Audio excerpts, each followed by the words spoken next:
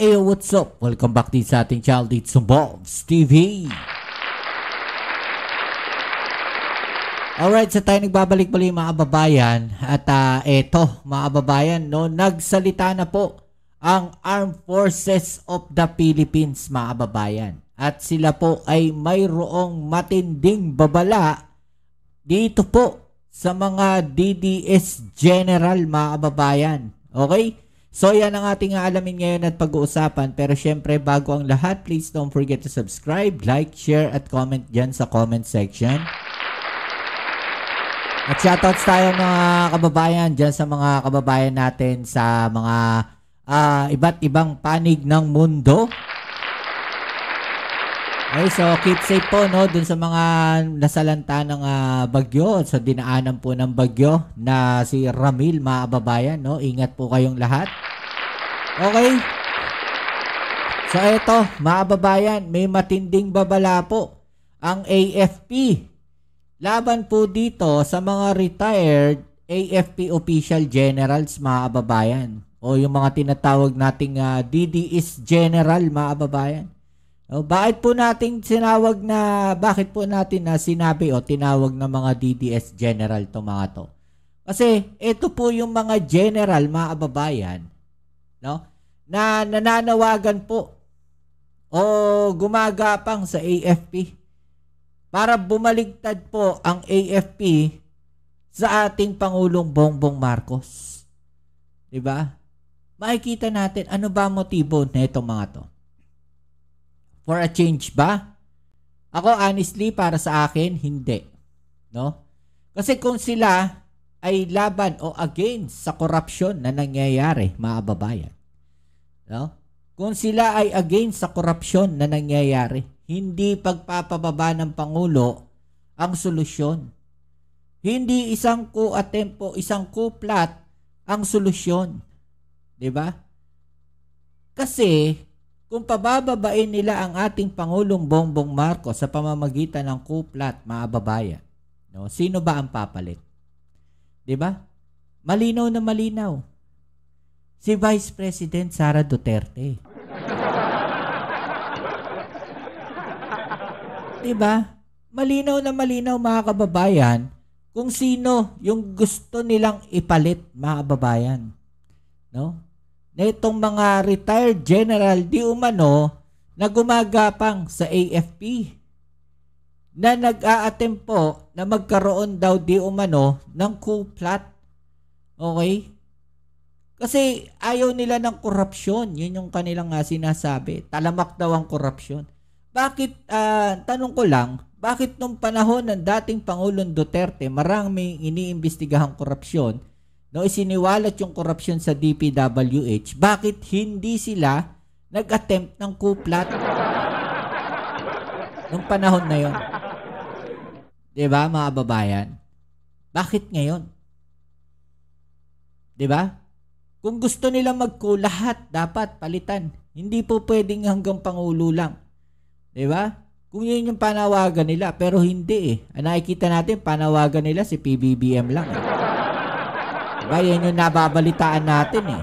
Diba?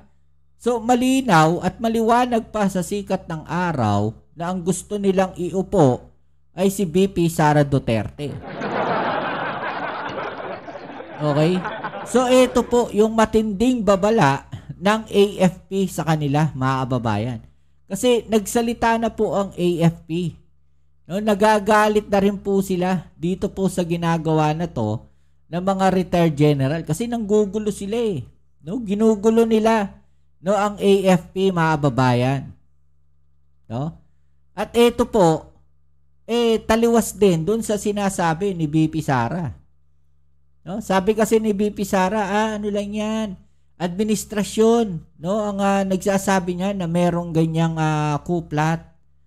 No? Hindi kami ang ano niyan. Ba't magsasalita ng ganito itong AFP, mga kababayan? Di ba? Parang niloloko lang nila yung sarili nila. No? Parang niloloko ng AFP yung sarili nila. Ba't nila gagawin to? Di ba? Ba't sila maglalabas ng statement na gano'n na merong coup plot? Di ba? Makakasira lang yan. no, sa stability ng ating gobyerno. Kapag sa kanila mismo nanggagaling yung mga ganyang klaseng balita. 'Di ba? So parang sinisira nila yung sarili nila, mga kababayan. Eto, panoorin natin tong balita na to. Ito yung matinding babala ng AFP. No, dito po sa mga DDS generals na to. Yari sila rito. Pension no more? Pinag-aaralan ngayon ng AFP na tanggalan ng pensyon ang mga retiradong opisyal na mapapatunayang pasimuno o nakikisa sa umunoy kupla at laban sa gobyerno. Tanggalan ng pensyon. Diba? Tatanggalan sila ng pensyon, mga babayan.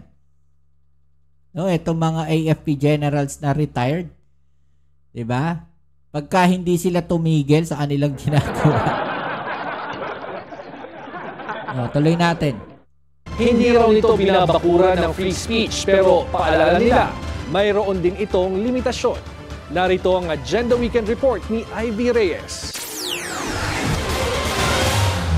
We're also humans. We also have our own opinions. And ito pong nangyayari sa bayan, meron din po kaming sariling pananaw namin tungkol dito.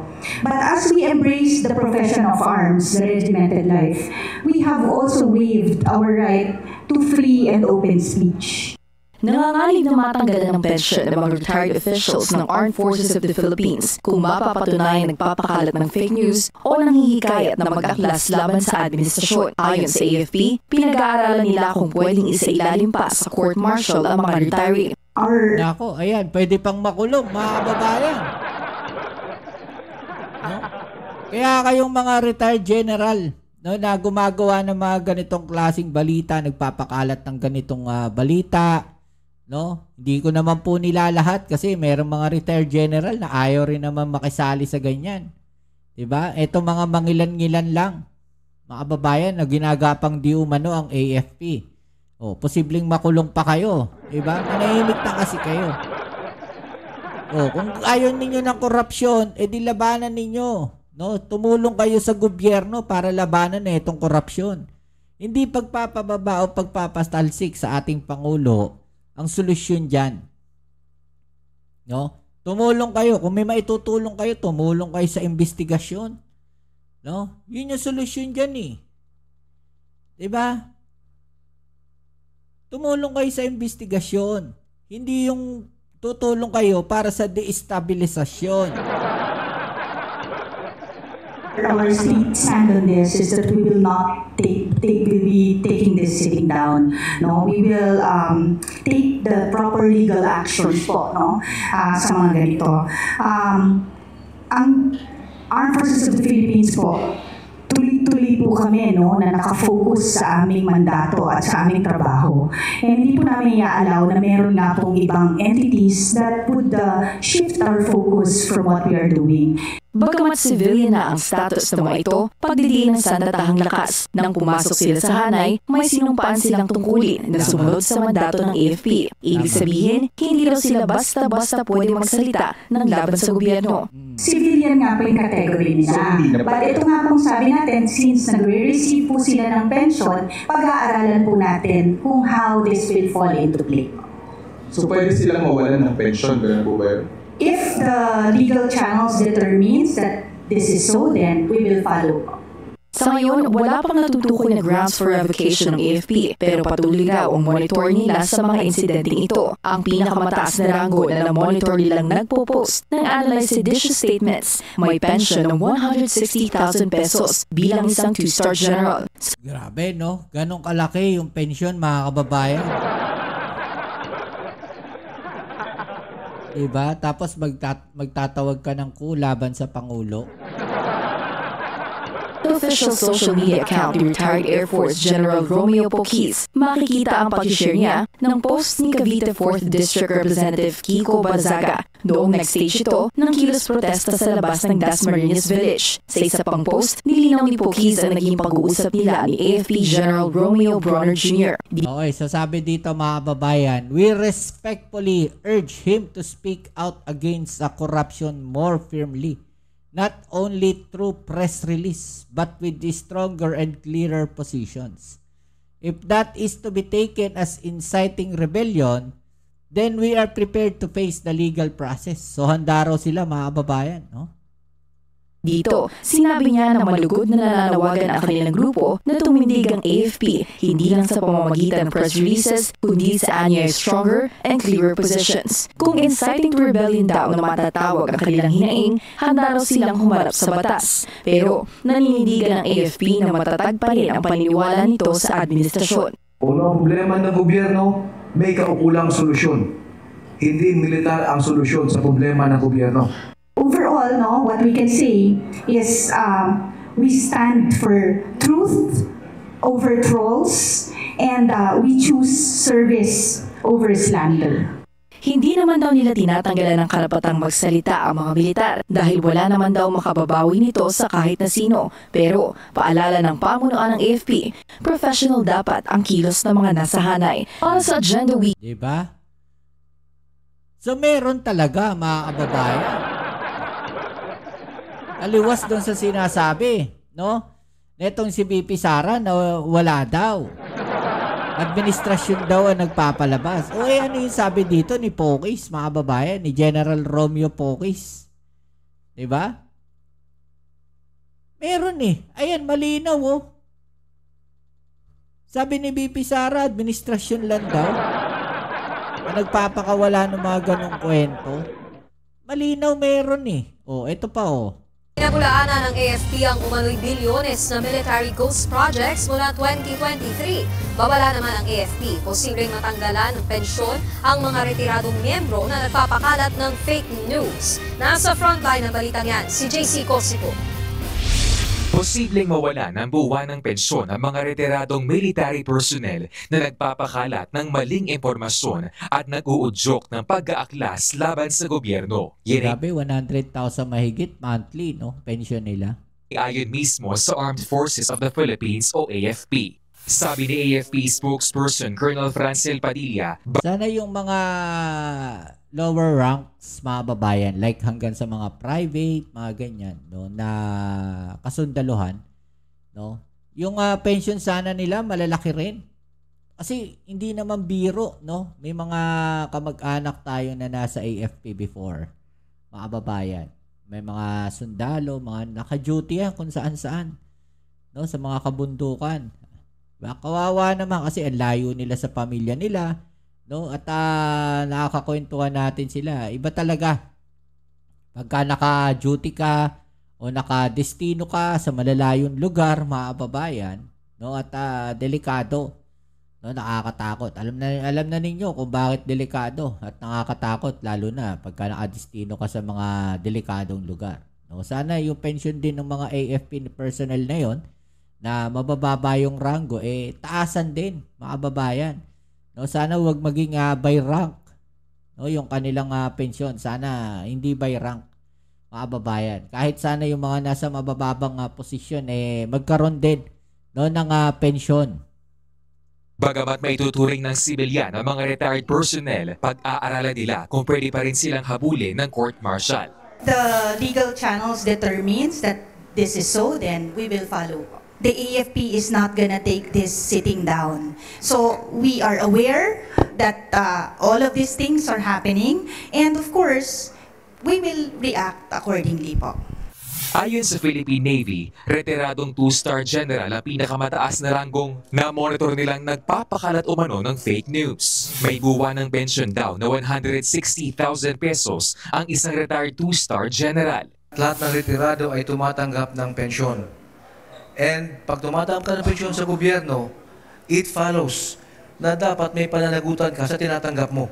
So ito ay kasama sa pinag-aaralan ng ating mga legal officers ng AFP.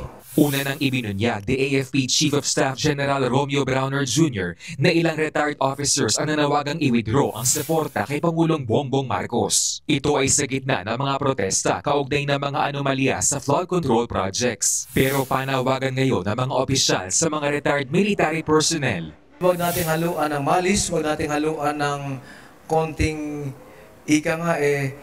double meaning yung ating mga mensahe. na ang taong bayan ay malilito, ang kasundaluhan ay malilito. Tama.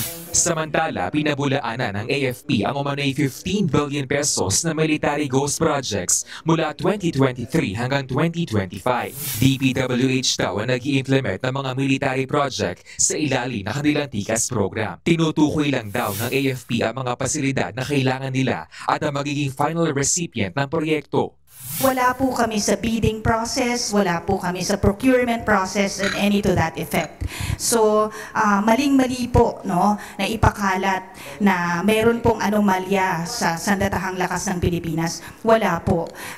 Iginiit naman ng Philippine Navy na magpapatuloy pa rin ang air surveillance flights ng militar sa West Philippine Sea sa kabila yan ng pagbuntot ng China sa eroplano ng Philippine Coast Guard habang nagsasagawa ng Maritime Domain Awareness flights sa Bajo de Masinloc kamakailan. Una nang sinabi ng Coast Guard na iligal at delikado ang hakbang na yan ng China. We will not be deterred. Bakit? Ang ginagawa natin ay sakop ng we are supported by international law and domestic law. Nagbabalita mula Okay, so yan mga kababayan, no? So, yan, malinaw po, no? Naging malinaw na po ang stand, no, ng AFP pagdating dyan sa binabato sa kanilang di umano'y may corruption din daw po sa kanila. Grabe, lahat na lang mga kababayan, no? Lahat na lang ng malilinis na ahensya siguro ng gobyerno, balak nilang sirain. Di ba? Okay, so yan muli, anong masasabi po ninyo dyan, mga kababayan, no? I-comment sa ibaba ang inyong mga opinion at ating ang pag-usapan, alright? So yan muli, maraming salamat sa lahat ng mga patuloy na kasuporta dito sa ating channel. Kita-its po tayo sa ating next video upload. Ito ang inyong Kuya Mobs dito sa Mobs TV. Peace. I'm out.